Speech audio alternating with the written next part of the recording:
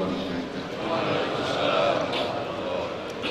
Alhamdulillahirabbil alamin wa bihi nasta'inu ala umuri dunya waddin.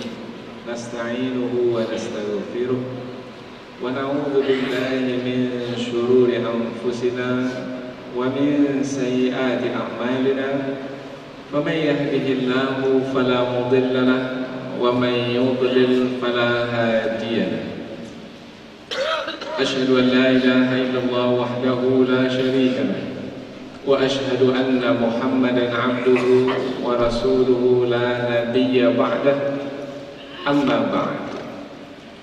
Kita bersyukur kepada Allah Subhanahu wa taala yang masih melimpahkan rahmat dan nikmat-Nya. Kita bersyukur kepada Allah dengan mengucapkan alhamdulillahirabbil alamin. Kemudian tidak lupa bersalawat kepada Rasulullah dengan mengucapkan Allahumma salli ala sayyidina Muhammad wa ala ali sayyidina Muhammad. Dan bersalam kepada Rasulullah dengan mengucapkan assalamu alayka ya Rasulullah. Kaum muslimin dan muslimat yang dirahmati Allah, kuliah subuh kita pada pagi hari ini adalah sekilas tentang catatan yang penting bagi kita ketika kita mengkaji yang berkaitan dengan kiamat. Karena satu hari penuh kemarin kita mengaji tentang kiamat, dan pada hari ini juga kita akan mengaji tentang kiamat. Maka di sini kami membuat catatan yang mudah-mudahan catatan ini berguna bagi kita selama kita mengaji yang berkaitan tentang kiamat. Yang pertama, yaitu ada dari sebahagian manusia yang tidak percaya kepada kiamat, tidak yakin kiamat itu akan berlaku. Maka mudah-mudahan kita tidak termasuk ke dalam golongan mereka. Padahal Allah menyebut dalam surah Al-Jathiyah ayat yang ke-32 bahwasanya kiamat itu adalah sesuatu yang pasti akan berlaku. A'udzu billahi minasyaitonir rajim. Wa idza qila, dan apabila dikatakan inna wa'dallahi haqq, sesungguhnya janji Allah itu adalah benar. Janji Allah, dunia ini akan dikiamatkan, akan dihancurkan. Kemudian nanti akan diciptakan langit-langit yang baru, bumi-bumi yang baru. Kemudian manusia yang pernah hidup akan dihidupkan kembali di hari kebangkitan. Dan itu adalah janji Allah Subhanahu wa taala. Was-sa'atu la raiba fiha. Kiamat itu sesuatu yang tidak ada keraguan di dalamnya. Ketika perkataan ini disampaikan kepada sebahagian manusia, yaitu yang ingkar, mereka menjawab. Jawaban mereka adalah lanjutan ayat. Qultum, kamu berkata. Allah menjelaskan tentang orang yang menolak berlakunya kiamat. Ma nadri masa, kami tak tahulah apa itu kiamat. Berarti tak punya ilmu tentang kiamat, tak pernah mendengar tentang kiamat, atau pernah mendengar tapi tidak memahami tentang kiamat. Inna zunnu illa zanna, kami kalaupun mendengar-dengar, kami hanya menyangka-nyangka. Wa ma nahnu bimustaiqinin, dan kami tak yakin kiamat itu akan terjadi. Jadi rupanya ada sebahagian dari manusia yang menolak kiamat itu akan terjadi. Itu surah Al-Jathiyah ayat yang ke-32. Selanjutnya, kita sebagai orang-orang yang beriman kepada Allah yang memberitahukan tentang kepastian hari kiamat, beriman kepada kitab suci yang menceritakan tentang kepastian hari kiamat, beriman kepada Rasulullah yang menerangkan tentang kiamat itu pasti akan berlaku, maka kita tidak akan meragukannya sedikit pun. Dahulu para sahabat bertanya kepada Rasulullah tentang kiamat. Yang mereka tanyakan itu bukan tentang pastinya kiamat. Yang mereka tanyakan itu adalah kapan waktunya kiamat itu akan berlaku. Kiamat itu pasti akan berlaku, tapi mereka bertanya kapan waktunya. Yas'alukan nas, manusia bertanya kepadamu wahai Muhammad, anis sa'ah, tentang kiamat. Kapan berlakunya kiamat? Rasulullah sendiri tak tahu kapan akan berlaku kiamat. Maka Allah memberitahukan jawabannya kepada Rasul untuk disampaikan kepada yang bertanya. Jawabannya bukan menerangkan tentang kapan waktunya. Jawabannya adalah apa yang perlu dipersiapkan apabila kiamat itu terjadi.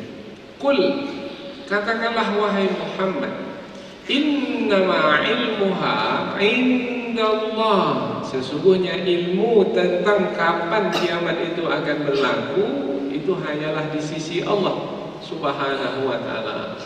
Wa ma yudrika la'alla as-sa'ah takunu qariba, dan tahukah kamu wahai Muhammad, boleh jadi kiamat itu amat dekat.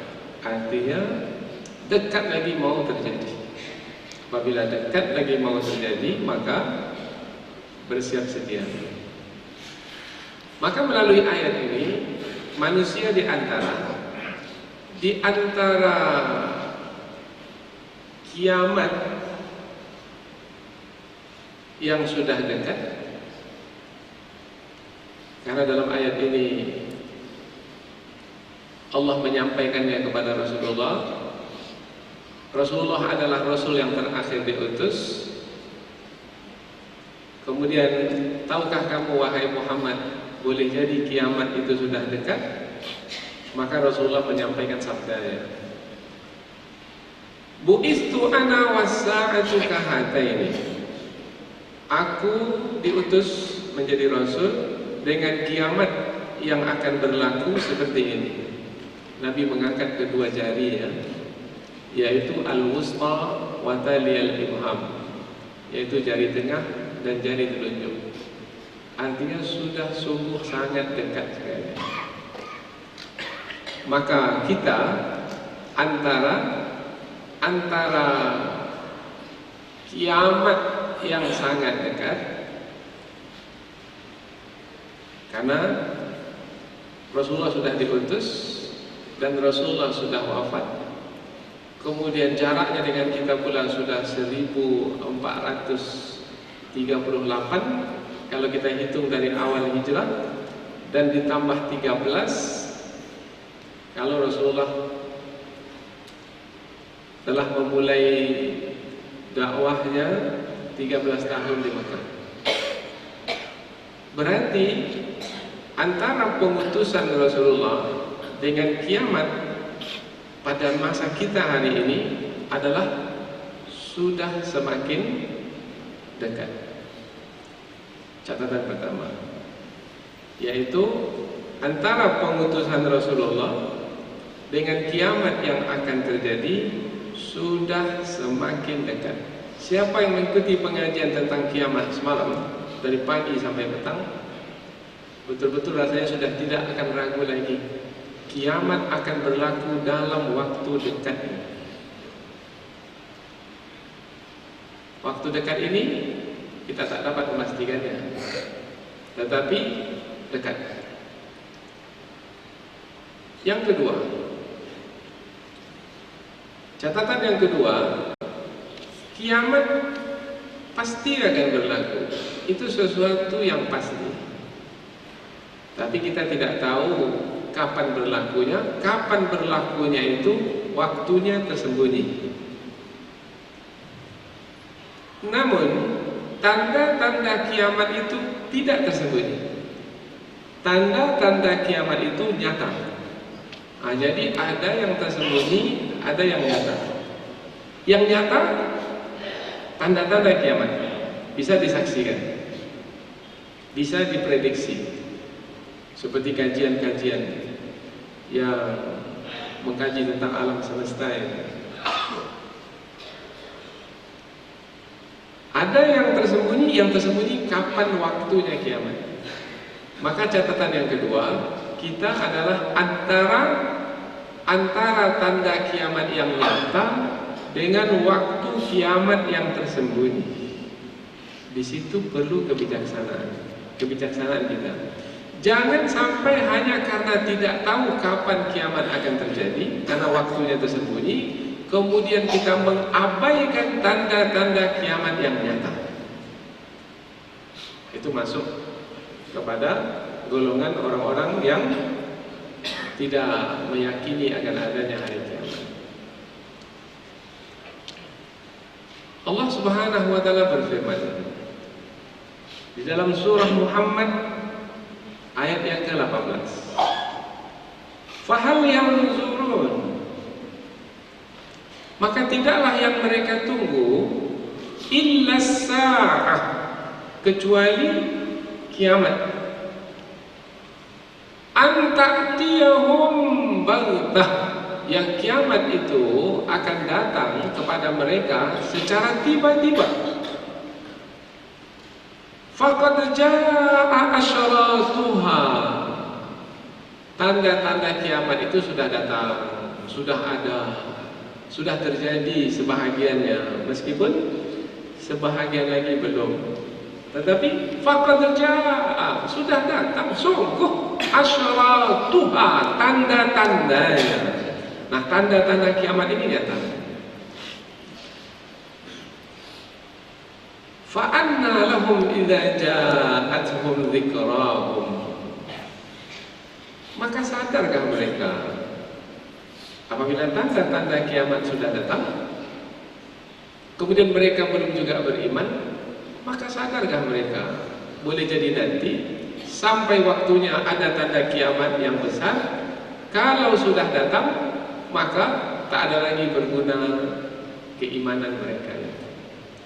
Apa tanda kiamat? Yang apabila tanda itu sudah muncul, kemudian barulah bertaubat, taubat tidak akan diterima. Apabila matahari terbit dari sebelah barat, biasanya terbit dari sebelah timur. Apabila sudah terbit dari sebelah barat, itu tanda kiamat. Maka tidak akan berguna lagi taubat. Meskipun bertaubat menangis-nangis, tidak akan berguna lagi. Menyesal seperti apapun penyesalan, tidak akan berguna lagi. Sudah berapa catatan kita? Sudah 2. Jadi yang pertama, antara pengutusan Rasul dengan kiamat dekat. Yang kedua, kiamat tersembunyi, tapi tanda-tandanya nyata. Yang ketiga, sekarang kita pindah kepada kita lagi. Tadi pada kiamat, kemudian pada sebelumnya masanya singkat, pendek, antara pengutusan Rasul dengan kiamat. Kemudian kiamat itu sendiri tersembunyi waktunya, tetapi kiamat itu tanda-tandanya nyata. Sekarang diri kita pula lagi. Diri kita yang akan menjalani kiamat apabila memang sampai waktu kita kepada waktu kiamat itu akan terjadi, maka manusia dua kelompok saja, yaitu pejuang kebenaran yang berada di atas kebenaran dan memperjuangkannya, atau yang berada dalam kesesatan melakukan kerusakan. Maka manusia antara dua, antara dia sebagai pejuang kebenaran atau dia itu pelaku kerusakan atau pembuat kejahatan. Dua saja. Pejuang kebenaran Imam Mahdi, pelaku kerusakan Dajjal. Itu yang nanti akan dipelajari. Manusia satu di antara dua, masuk mana? Masuk kumpulan Imam Mahdi yang memimpin orang-orang beriman. Setelah itu nanti Imam Mahdi digantikan oleh Nabi Isa. Masuk kumpulan orang-orang beriman atau ke dalam kumpulan Dajjal, orang-orang kafir, musuh-musuh Islam. Satu di antara dua. Surah Al-Hijr ayat yang ke-85. Yang kita sampaikan ini ayat-ayat saja. Jadi ada 6 catatan, ke-6-6-nya ini adalah ayat. Tujuannya adalah untuk menambah bekal kita nanti ketika kita mengikuti pengajian tentang kiamat.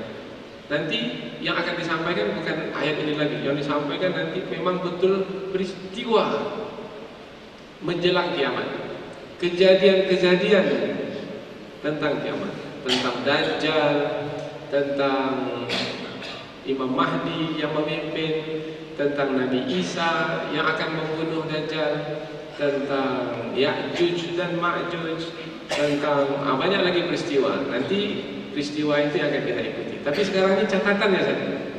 Kalau saya menerangkan itu nanti terbuka pula kedai kawan kita. Kita masing-masing buka kedai masing-masing. Kita tidak jual barangan yang sama. Wa ma khalaqnas samawati wal arda wa ma bainahuma illa bil haqq.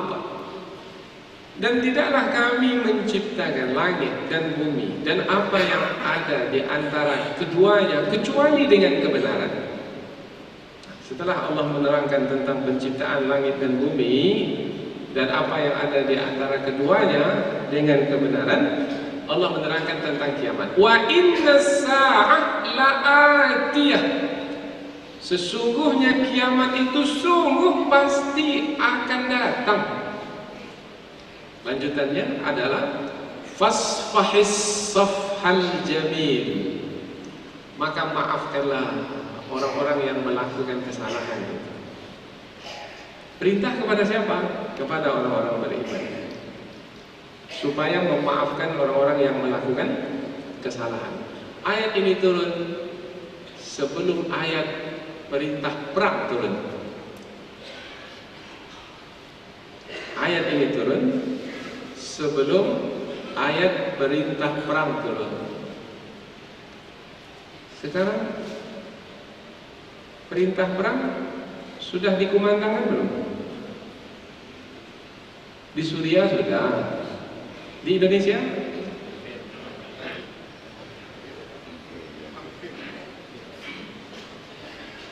Tetapi akan berlaku perang? Iya. Apa sebab? Tanda kiamat akan berlaku perang. Dalam hadis riwayat Imam Al-Bukhari, itu sebabnya Imam Mahdi itu diangkat untuk memimpin kita berperang. Dajjal akan keluar karena kita akan berperang dengannya. Imam Mahdi akan turun untuk memimpin perang melawan Ya'juj dan Ma'juj. Jadi akan berlaku perang? Ya. Siapa yang masih merasa aman-aman aja, tenang-tenang saja, tak ada bersedia untuk perang, maka matilah nanti. Mati konyol. Karena tak ada persiapan. Mesti bersiap sedia.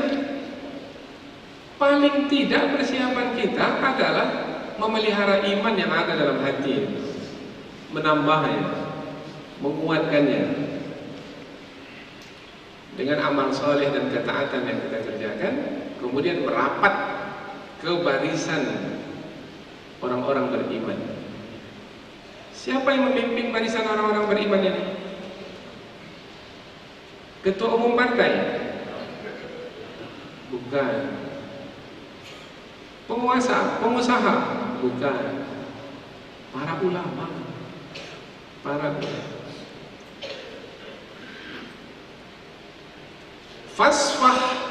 Fasfahis safhal jamil, maafkanlah wahai Muhammad, karena seruan perang belum lagi.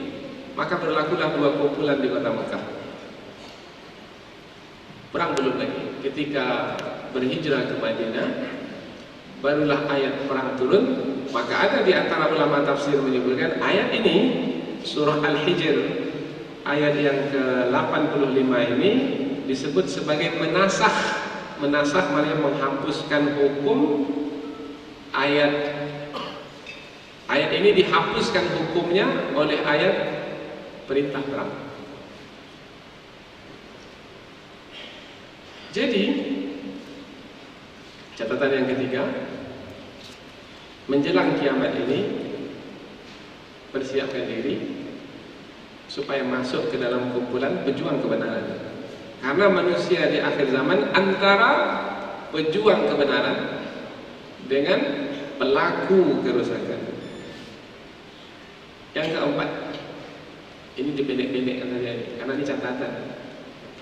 Ini bukan penjelasan yang lebih panjang. Kalau penjelasan lebih panjang nanti kita bisa dapatkan melalui tafsirnya. Yang keempat lagi. Yang keempat,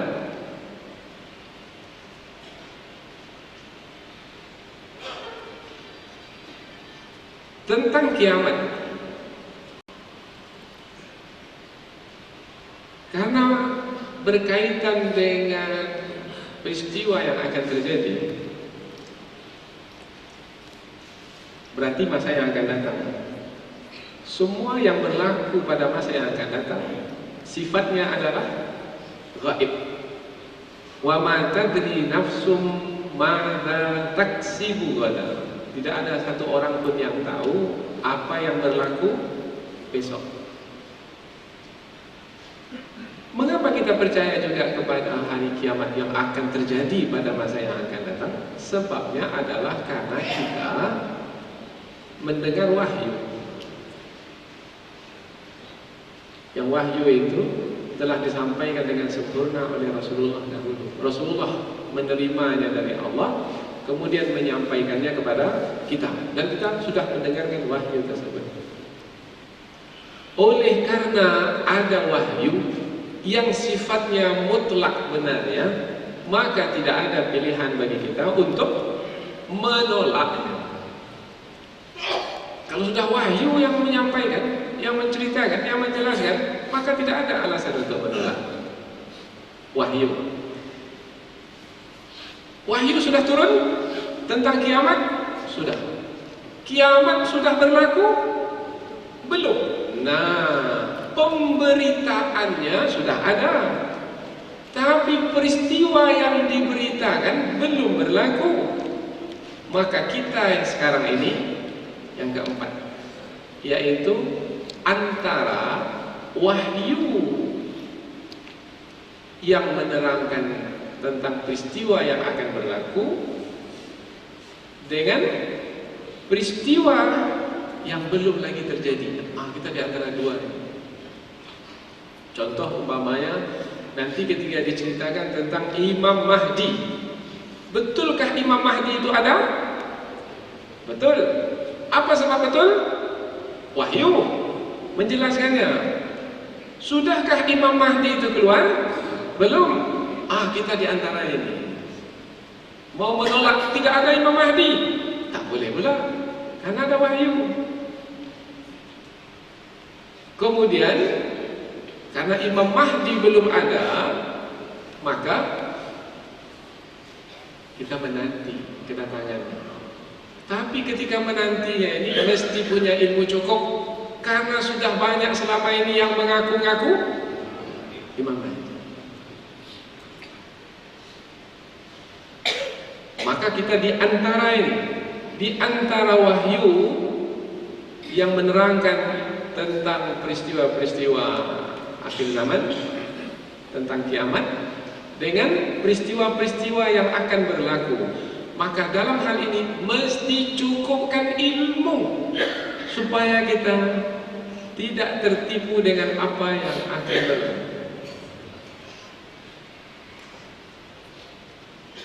Peristiwa di akhir zaman, keluarnya Dajjal.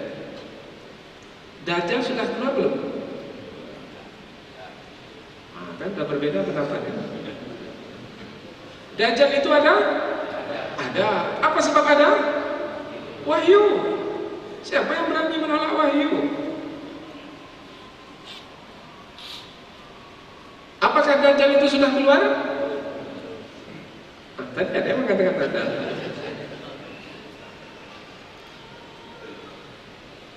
Dajjal itu matanya satu, kemudian di keningnya ada tertulis kafir. Sudah ada orang yang bermata satu? Di keningnya tertulis kafir? Belum. Tapi rasa-rasanya perangai Dajjal itu sudah ada sekarang belum? Itu perangai. Jadi manusia di antara wahyu yang menerangkan tentang peristiwa-peristiwa akhir zaman, kita tak mampu menolaknya. Dengan peristiwa-peristiwa akhir zaman yang belum lagi berlaku, kita mesti bijaksana di situ. Untuk bijaksana, tambah terus ilmu. Ada orang yang tak menambah ilmu, ilmunya sedikit, mungkin tak pernah dengar pula tentang kiamat. Akhirnya dia tak percaya tentang yang disampaikan oleh wahyu yang menyangkut masa yang akan datang. Umpamanya surga neraka itu ramalan aja itu. Katanya ramalan surga tentang neraka. Padahal itu ayat-ayat Al-Quran itu. Ini orang-orang yang percaya kepada surga neraka ini orang-orang yang tak menggunakan akalnya. Karena biasanya tak menggunakan akal itu orangnya meramal. Ramalan itu tidak berdasarkan wahyu, hanya berdasarkan persangkaan.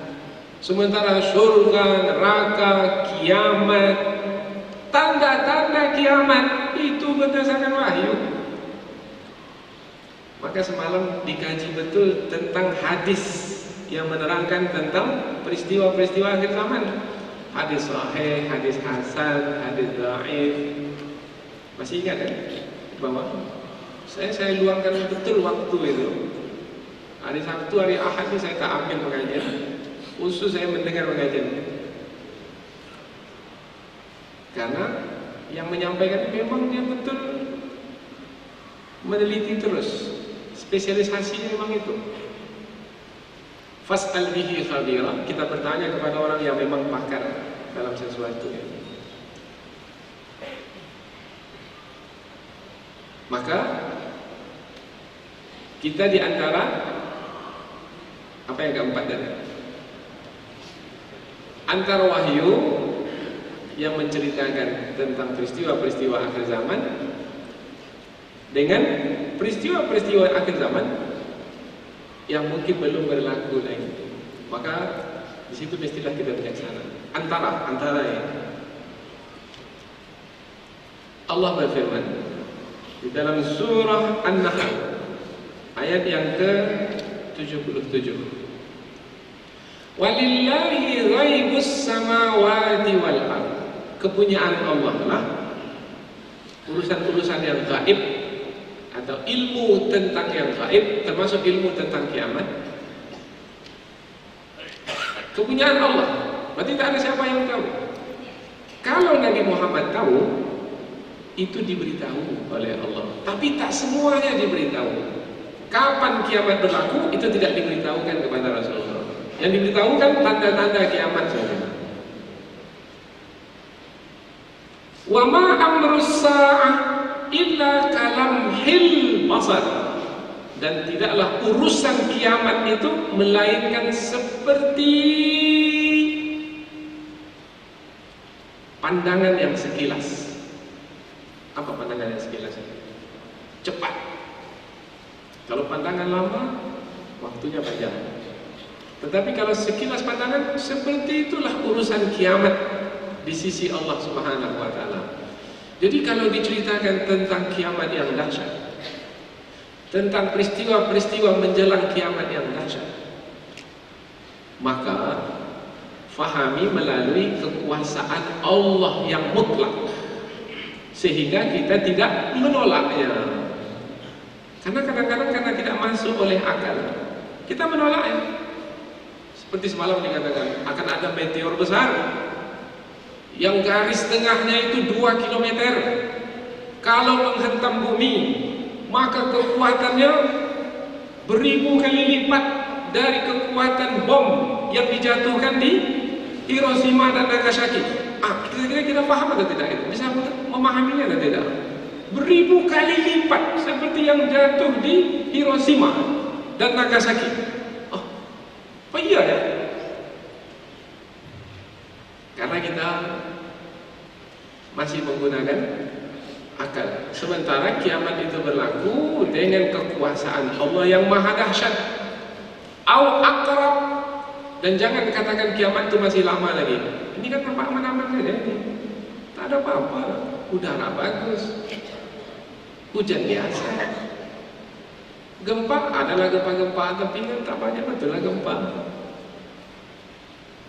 Yang katanya gempa itu bisa memecahkan satu benua, ini rasanya tak ada lah gempa yang besar lebih dari 10 skala Richter. Akhirnya tak meyakini tentang peristiwa kiamat yang akan berlaku. Maka ditutup ayat ini dengan innallaha ala kulli syai'in qadir. Sesungguhnya Allah Maha berkuasa atas segala sesuatu. Apa halangannya kalau Allah memberlakukannya? Tak ada halangan. Catatan yang kelima, apabila kita mengaji tentang kiamat, maka akan lahir rasa apa dalam hati kita? Jujur sajalah. Kalau mendengar yang kemarin itu, apa yang lahir dari dalam hati kita ini? Rasa takut. Takut. Apa jadi pada diri saya ini? Karena ujian terlalu berat. Nah, sampai dikatakan semalam, siapa yang berhasil dalam ujian ini, pahala yang dia dapatkan sama seperti pahala yang didapatkan oleh berapa orang sahabat? 50 orang sahabat Nabi. Pahala itu bergantung kepada amal. Semakin berat amal, semakin susah amal, itu semakin banyak pahala. Al-jaza min jinsil amal. Mengapa pahala sampai seperti 50 orang sahabat Nabi? Sebab amal berat. Amal berat. Karena beratnya ujian di akhir zaman, kita tak tahu nih apakah kita betul-betul akan berhasil tidak dalam ujian. Nanti akan datang musuh menggorok leher kita. Takut atau tidak? Akhir zaman ini. Yang pertama kali dicari ulama dulu. Tapi bukan ulama saja. Semua nanti yang ke masjidnya akan dihabisi semuanya. Karena dua saja, yaitu pejuang kebenaran, dan satu lagi tadi pelaku kerusakan yang berada dalam kesesatan. Dua saja. Dan ini berperang. Berperang itu bunuh-membunuh, saling menumpahkan darah. Takut? Saya tak tahu pula bela diri, Ustaz. Sudah. Saya ini orang biasa macam mana? 2/3 dari penduduk muka bumi ini akan mati. 2/3. Berarti tinggal lagi 1/3 saja lagi. Jadi kalau penduduk Riau ini 6 juta, maka yang tinggal nanti 2 juta lagi. 4 juta mati. Mungkin kita masuk dalam yang mati itu enggak? Karena 2/3 itu bermakna kemungkinannya lebih besar. Lebih besar matinya. Kemungkinan lebih besar mati daripada hidup. Takut? Tak takut? Oh, hebat. Mesti yang takut. Itu sudah tabi'i. Memang fitrah manusia begitu. Maka kita pula catatan yang kelima. Kita pula menjelang kiamat, keadaan kita itu mesti takut. Tetapi orang beriman itu bukan hanya tenggelam dalam ketakutan. Karena orang beriman itu beriman kepada Allah, mereka juga dalam pengharapan kepada belas kasihan Allah. Maka kita antara takut dan harap menjelang kiamat. Takut tidak berhasil dalam ujian menjelang kiamat ini. Harap mudah-mudahan selamat dalam ujian menjelang akhir zaman ini. Sudah berapa? Sudah 5. Bisa menghitungnya kembali catatannya. Yang pertama, antara, ini pangkalnya antara pengutusan Nabi Muhammad dengan masa kiamat berlaku. Itu waktunya dekat, pendek. Antara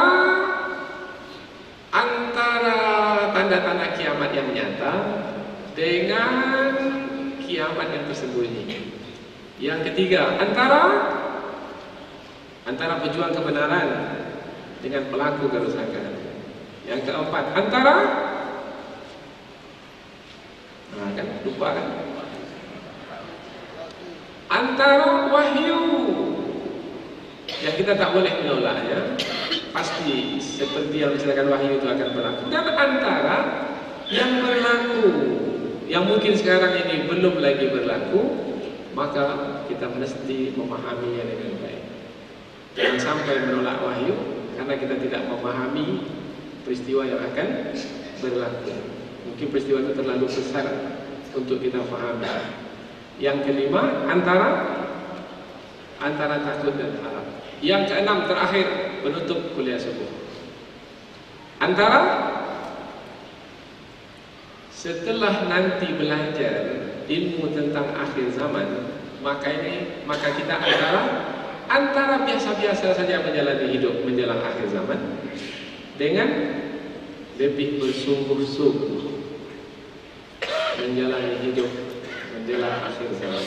Kalau setelah pengajian nanti keadaan kita masih biasa-biasa juga, tak bergunalah 2 hari ini. Sia-sia saja lah. Biasa-biasa saja, merasa di zona aman saja. Tenang-tenang aja. Pak, dunia mau kiamat, Pak. Tenang-tenang saja. Maka yang keenam, kita antara biasa-biasa menjalani hidup menjelang kiamat atau lebih sungguh-sungguh lagi. Yang kita harapkan yang mana? Lebih sungguh-sungguh.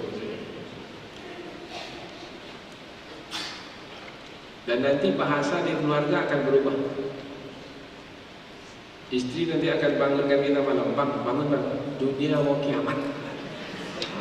Berarti ini lebih sungguh-sungguh ini. Jangan lagi bang, kemana-mana ngabiskan waktu, jangan lagi. Dunia mau kiamat. Ini lebih sungguh. Ada buku-buku. Kemudian, saya tak mau baca buku ini. Ini tentang dunia mau kiamat. Saya mau baca buku-buku ini lagi. Ini sudah beli kemarin buku ini, buku tentang akhir zaman. Ini tebal ini. Kadang-kadang kita suka beli aja, tak baca. Saya mau baca sampai habis tuntas buku tentang kiamat ini. Sudah beli semalam? Tebal kali itu, tebal bantal. Itu mesti dihabiskan supaya perspektif pandangan kita akan berubah dalam menjalani hidup ini. Inilah 6 catatan. Mudah-mudahan catatan ini berguna bagi kita sepanjang kita mengikuti daurah akhir zaman yang hari ini insya Allah masih akan terus berlanjut sampai nanti pukul 3 siang. Jadi dari pukul 8 pagi nanti, siapa yang mau bertahan di sini beriktikaf silakan. Kalau mau pulang juga boleh. Nanti datang lagi tepat pukul 8 kita akan mulai.